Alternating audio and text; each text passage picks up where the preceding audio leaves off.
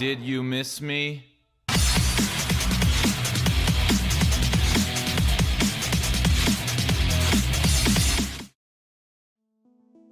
What is up, everybody? Yes, I know. Bleach released a new chapter. I stay very much in the loop with anime/manga news despite switching gears to horror movies on this channel so I could keep my passion and sanity alive. Remember, I told you I wouldn't be going anywhere. While Bleach may end, I'm not going anywhere. See? I did say that. It's been 5 long years since the manga ended, so I'm super excited to be talking Bleach again. For a lot of people, including myself, this was a huge surprise announcement. Think everyone has just been waiting and expecting a new anime, and with the 20th anniversary, it seemed certain. Lo and behold, we were given something that was, in my opinion, way more awesome after being informed that Shonen Jump would release a brand new 60-plus page chapter picking up after the 12-year time skip. Oh my God! Okay, it's happening. Everybody stay calm. What's the procedure, everyone? What's the procedure? Stay calm! Wait. Everybody calm down! I wasn't sure what to expect, as the word was that it was just a one-shot. However, this appears to be the beginning of something big, and I knew I had to make a return to chapter reviews to discuss this with you all. So without further ado, let's take a look at Bleach: No Breaths from Hell. So the chapter begins with a narration about someone who owned 2 goldfish, the larger one dying before the smaller one. However, the smaller one eventually grew bigger and healthier, relieving the narrator, who believed it was a good thing that the bigger one died. Seems a bit pessimistic. Cut to Orihime checking in on a sleeping Kazui and Kon. But Mini Ichigo wakes up and attempts to take off, much to Kon's dismay, but he's gotta fulfill a promise he made, jumping out in mid-transformation onto some giant flying fish, because why not, right? He meets up with some spirit dude just called Uncle, who complains about being lonely, to which Kazui tells him that he's gonna take him somewhere he won't be lonely. And Uncle decides there's nothing creepy about that, and follows him. You know the part in scary movies where somebody does something really stupid and everybody hates them for it? This is it. Kazui takes Uncle and Kon to a shrine where he claps, dances, does this with his pants, and opens up a scary as hell opening with no fear, saying that it's fine cause everyone is there. Who the hell is everyone? I'm expecting Pinhead and the Cenobites to emerge. Oh, no tears, please. It's a waste of good suffering. Jump back 3 hours in Soul Society, where Ichika trains with her master, Ikkaku. Ichika's feisty despite not being able to land a single hit, making Ikkaku question if she's gotten rusty. Perhaps because she's too busy thinking about visiting Kazui?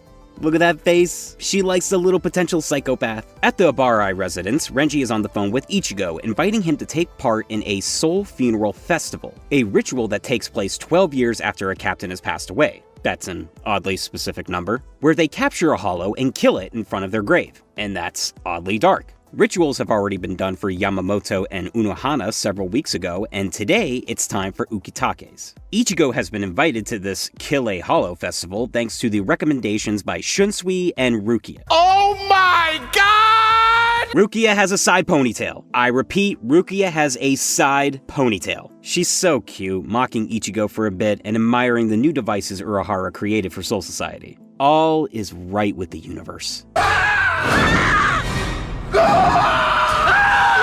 Mayuri, being the freak he's always been, shows up via little bug holograms to inform all the vice captains that it is time for them to head to the world of the living to begin the first stage of the Soul Funeral Festival. Captain Iba is running around the 7th Division barracks looking for his Lieutenant Atao. Atui? Ted? I'm going with Atao, but I'm sure one of you is gonna write, actually it's pronounced, don't care, moving on. Atao loves animals and can't speak, using sign language instead. The dude looks nice enough, but I'm a little weary when new male characters are introduced in Bleach. He seems harmless, but for some reason I'm prone to thinking, So while Mayuri orders around the vice captains, Ichika overhears everything and sees this as an opportunity to sneak into the world of the living. That night, there's some genuinely funny dialogue between Ichigo and Renji over the festival. Then Ichigo is introduced to new vice captains Atao and Yu. Whoa. I must say she's pretty cute. And she's been Rule 34'd. Good job, Internet. Down below, Ichika makes it to the world of the living, but spots something sinister forming around the Shinigami that they for some reason don't see. She tries to warn Renji, but he's swiped out of the air by the creature, which is immediately cut down by Ichigo. Kiyone is stabbed through the side as more of these not-so-hollow monsters appear and advance. The vice captains begin to slice and dice, including Atao, who releases his Zanpakuto, Taka, which releases tons of birds. Now let's be real, what kind of damage can that do? That thing was skinned alive! That is awesome, Atao. Next up is Yu, who doesn't appear to have a Zanpakuto, instead using her nails to crunch her enemies. Nice, she chomped off that one's head and...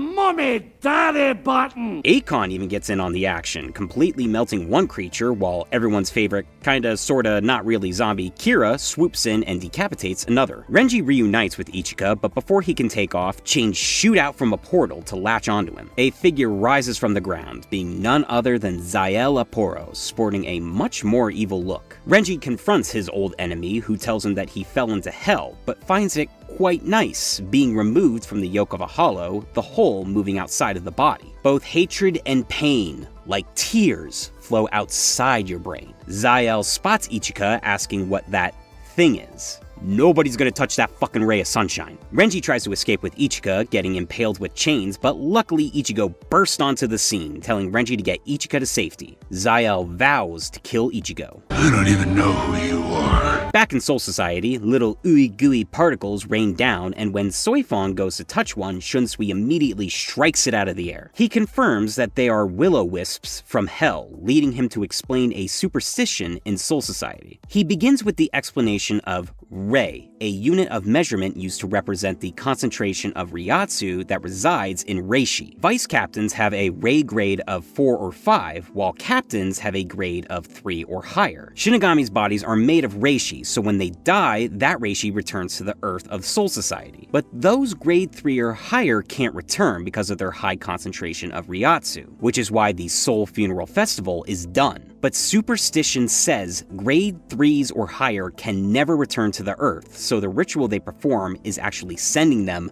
to hell. This is simultaneously being explained to Ichigo by Zael, confirming Shinigami have indeed been unknowingly sending comrades to hell. He goes into detail about the balance having been broken thanks to the disappearance of Aizen and Yuha's tremendous Ryatsu that kept the mouth of hell in check. That mouth has been opened from the inside thanks to sending the Ryatsu of Yama, Unohana, and today... Yeah, that joke got old. Zael has been pierced by a giant Zanpakuto jutting out from the gates of hell. To be more precise, Ukitake's Zanpakuto. Zael says the ritual has been completed thanks to the slaughtering of the ghouls in front of Ukitake. Zael's parting words are for Ichigo to question why exactly the hell butterflies even have hell in their name. Chapter ends with the eye of a skull on the gates of hell looking down, as a smiling, unfazed Kazui follows the hell butterflies. I'm telling you, that boy ain't right. My overall thoughts on No Breaths from Hell, New Breaths from Hell. Fuck it, either's fine. I loved it a great deal. It started off relatively simple, catching up with some of the characters, meeting some new ones, and being introduced to the Soul Funeral Festival. Then the second Ichika saw that skeletal formation thing, shit just hit the fan. Hell has always been one of the most interesting places in the Bleach universe that never really got explored after it was introduced way towards the beginning of the series. I guess you can count Bleach Movie 4 Hellverse, but while it is my favorite of the movies, I don't think I've ever really considered it canon, cause there's no way it could fit into the main story, unlike Memories of Nobody. This whole idea that the Shinigami have been unknowingly sending their strongest souls that have passed away to hell through this funeral process is a smart and extremely dark way of bringing hell into the main story. We're also sort of led to believe that there is some malevolence to the hell butterflies. Not 100% sure it'll turn out to be much of anything, but it does make you look at them in a different light. The story now potentially opens up the return of some past villains and even allies. If Zael can escape hell, who's to say we won't see some other Espada like Stark or Noitra? We saw Ukitake's Zanpakuto pierce through the gates, so does that mean a nightmare version of him will show up? He was sort of set up to possibly be someone who isn't as kind-hearted as we think he is back in the Fullbringer arc, and we did get a flash of the combat pass he gave to Ichigo here. Could we get further explanation? A Bankai reveal? only time will tell. Logic dictates that we may see Yama and Unohana return too, but let's not forget other captains like Tozen and Gin. Their Ryotsu must have been sent down too, right? This opens up so many possibilities that could lead to some darkly twisted situations. And I'm thrilled to death that this ended up not being a one-shot and instead the start of a completely new arc. At this time, I don't know if this is going to be a weekly or monthly thing, but either way, it's just going to be sick to have the manga back. It was cool to see the vice captains get a lot of screen time for once, since we're usually focused on the captains. Got to see them interact with each other for a bit and show off their skills. I joked about Atao, but I don't really think he'll turn out evil or anything. It's an interesting little trait that he can't speak and uses sign language, and it was cute to see them establish that he loves animals, later paying it off with his Zanpakuto release of birds eviscerating the ghouls. Yu, who I forgot to mention is unsurprisingly Lisa's vice captain, has a very different design and technique that I enjoyed. I've always thought Bleach has some of the best female designs, and Kubo continues that trend for me with the introduction of this new character. Cute, over the top, and an attack that'll chomp off your dick. Yep, still cool in my book. I did enjoy the lighter moments at the start, especially the conversations between Ichigo, Renji, and Rukia. The friendship dynamic between the three is super strong. Ichigo's grown up quite a bit, being slightly less serious and quick to make fun of his friends. Like, look at this face! For some reason, I cracked up because he just looks like, what the fuck, bro? You said I wasn't an outsider. He even makes plans to go out for a drink with the vice captains. Still a badass too, especially when he saves Renji from Zael. I fanboyed for a bit, but Rukia does look adorable as all hell. So funny to see her rave about having new cell phones and TVs, while also making fun of Ichigo for leaving Orihime at home, calling it moral harassment. I'll be glad to see them reunite with the others like Ishida, Chad, Byakuya, etc., but I'm glad we got the interactions we did with those three goofs. Lastly, let's talk about Ichika and Kazui. Ichika is just as adorable as her mother. She has the fun, adventurous, strength-driven personalities from both her parents, but it was cute to see her get flustered after the mention of Kazui. My curiosity was sparked when she was the only one who could spot the ghouls taking shape in front of Ichigo and Renji. Not certain why that was the case, cause everyone eventually did take notice of them, so why were they hidden from everyone but her, then plainly visible? Renji got to show off how good of a dad he is by protecting her at all costs, even sustaining some painful hell chain injuries to his body. I felt so bad for how scared she looked when Zael showed up, so major props to Dad of the Year here. As for Kazui, I joked about Atao, but I'm heavily convinced there's something up with this fucking kid. He's cute, but looks can be deceiving as there's just something creepy about him to me. Personality-wise, I don't see much similarity to Ichigo or Orihime. He just does his own thing and doesn't give a shit. Plus, we know he's super powerful after he destroyed the last remnants of Yuha in chapter 686, which makes him a little more frightening. He's constantly smiling, even after opening up that portal in the beginning, which, what the fuck was that? Certainly wasn't a pathway to Soul Society. In fact, it looked more like a Garganta, but the more the chapter progressed, I wondered if he had opened a door to hell. How the hell did he even know how to do all that? At the end, the big gate to hell is hovering in the sky, and the kid is just running towards it, smiling. There's something psychotic about Kazui. Mark my words. So overall, I thought this was a perfect opening chapter for a brand new arc. It's great to have the series back, ready to explore the mystery that has been Hell, setting up potential threats and reintroducing us to the characters we love. I give New Breaths from Hell 5 Hell Butterflies out of 5.